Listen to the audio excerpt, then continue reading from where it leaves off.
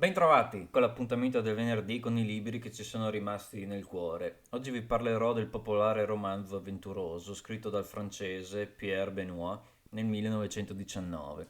Fu uno dei maggiori successi della letteratura avventurosa della prima metà del Novecento e valse al suo autore l'entrata nell'Accademia francese. La storia ci porta durante una spedizione in mezzo al deserto del Sahara, dove troviamo due militari francesi, i quali scoprono le rovine della perduta Atlantide, i cui abitanti sono gli antenati degli odierni Tuareg, su cui regna la regina Antinea, bellissima e amorale sacerdotessa che colleziona amanti trasformandoli in statue di oricalco.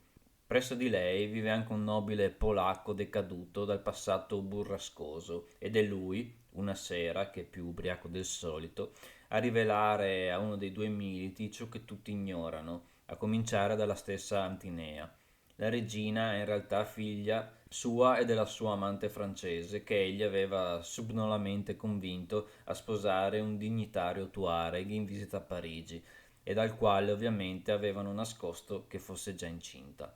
Antinea fino ad allora si era concessa agli uomini che faceva innamorare di sé, ma senza innamorarsene a sua volta e portandoli alla morte per disperazione.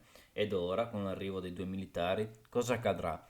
Bene amici, scopriremo solo leggendo questo bellissimo quanto datato libro. Ultima chicca: nell'ottobre del 1919, il critico letterario Henry Matgen affermò che Benoit, scrivendo l'Atlantide, aveva commesso un plagio del romanzo La donna eterna di Haggard del 1886. Benoit promosse una causa per diffamazione, tuttavia perdendola.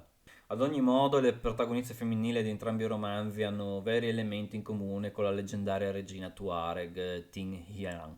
Benoit aveva vissuto in gioventù in Tunisia, dove si era interessato agli usi e costumi dei Tuareg.